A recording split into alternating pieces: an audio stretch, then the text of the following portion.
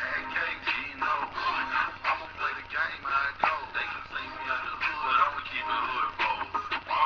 Shot, beat, steady, knock. Middle of the stage, got the whole club right. Watching me, you can hate, but you steady watching. Bitch, you can't do it on the sheet.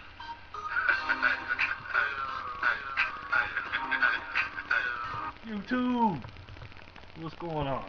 Welcome back to the show. I appreciate it. I'm here to talk about or recap Game 2 between the Lakers and Suns. So let's get it started. I got a lot of things to talk about. I'm gonna go quarter by quarter real quick, okay? First quarter, Suns played with a lot of energy. Looked like they was ready to play when they came out. A particular play I liked. Fisher went up for a layup early in the first quarter. Steve Nash blocked it. Okay, he blocked it clean, but they called a foul on Steve Nash. Now, if you remember my referee video, how I told you how to talk to referees and stuff like that, Steve Nash did that. He clearly hit all balls, didn't foul him. They called it. He went on and played. So, big up to you, Steve, for doing that. Another play went down. Stoudemire came out aggressive in the beginning. Had a couple points in the paint, hit a couple jump shots. He played good. He actually scored the first 6 points. I'm just going to give you a couple highlights of the quarter. Paul Gasol tried an airball layup off the pass to Kobe, and then because what happened was Paul Gasol on the fast break got a pass from Kobe, shot an airball layup and caught it, and they called a travel on him. But Kobe was trying to be a little too unselfish, and he passed it. He shouldn't have passed it. He should have just kept it. So that was cool. Kobe's trying to get his teammates involved and all that, but he should have kept that. Grant Hill was aggressive, trying to make Kobe Bryant guard him because Phil has Kobe on Grant so he can rest on defense. So Alvin Gentry knew that, so he went ahead and adjusted and tried to hit Kobe Bryant with Grant Hill, really going at him defensively, offensively. So it was real smart on Alvin Gentry's part. Also, Lakers once again using their size advantage early with Bynum and Gasol. They went to them early and often, so obviously they got a height advantage. So, and midway through the first quarter, Channing Frye and Lamar Odom checked in the game. Okay, checked in at about the 6-minute, 18-second mark, and immediately after they checked in, Channing Frye, because he hadn't been confident. He was like 1 for 8 in game 1, so you could tell he was a little bit, off his game a little bit because he's a three-point shooter. If he can't hit his threes, then he's off in his game. So what happened? Channing Frye threw a pass. D-Fish caught it, stole it, went down court on the fast break. Fisher missed the layup. Now Channing Frye was standing right under the basket, so I guess he assumed Fisher was going to make it. Channing Frye did not get the rebound. Lamar Odom picks it up and lays it in. I guess he got lucky on that, as Amari Stoudemire said. So Channing Frye didn't give a good effort on that. Also, Paul Gasol, when he had Frye on him, he went to work on him early. So Frye's a mismatch on Paul Gasol. Also, Phoenix went to a small lineup in the first quarter and had Dudley playing power forward for a second. And then he was guarding Lamar Odom, and Channing Frye was at the center spot. So they got mismatches even when the bench comes in. So Lakers were aggressive on their three-point defense, closed down the three-point shooter. They were running the Suns off the three-point line because they know that's where Suns are best at, when they're running and they're shooting threes.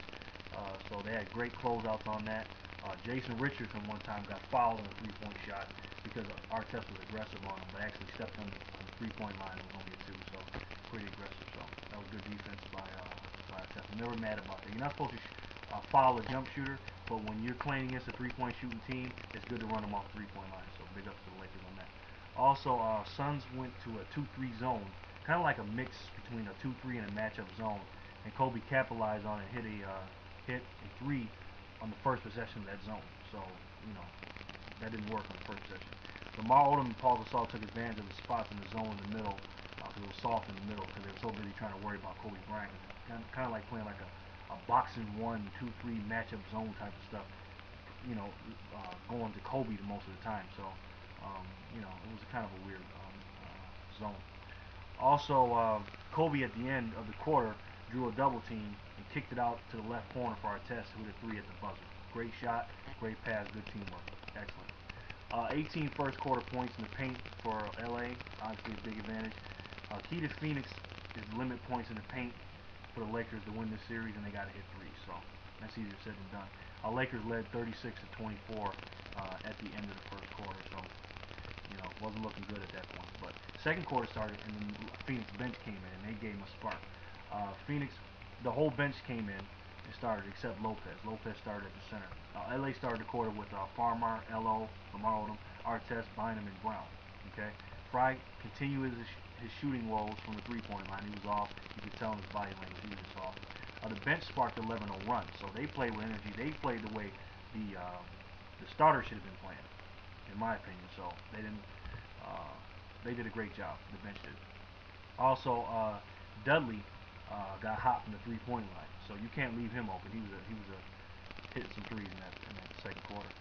Kobe finding once again the open three-point shooters, because he was kind of like taking what the defense was giving him, because obviously Evan Gentry had to adjust to what the Lakers were doing in the first game, meaning Kobe attacking, scoring 40 points. So they said, okay, we got to take away something. But if you take away something, as far as Kobe scoring a lot of points, Kobe's a great. He's underrated as a passer.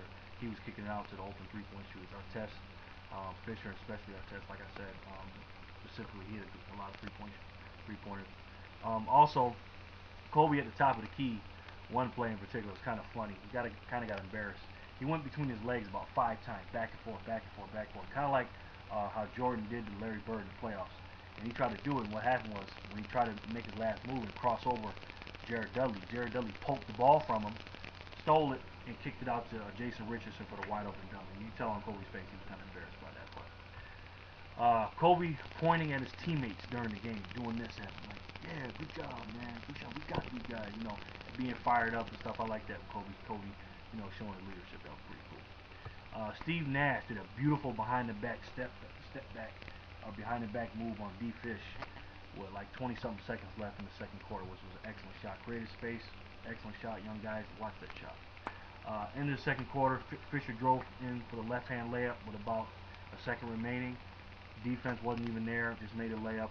Wasn't nothing. Halftime score: LA 65, Phoenix 56. Way too many points given up for Phoenix. 65 points. Giving up wide open threes to Artest off of Kobe double teams because of the 40-point game, like I said. And also, that's how Phoenix had to adjust. They had to take away Kobe's individual play, and then Kobe had to kick it out for the open shooters. Phoenix energy from starters wasn't there, and the bench play with more energy. So I'm gonna do a part 2 of this. So stay tuned. Watch part 2 of Lakers and Suns recap of Game 2. Thanks.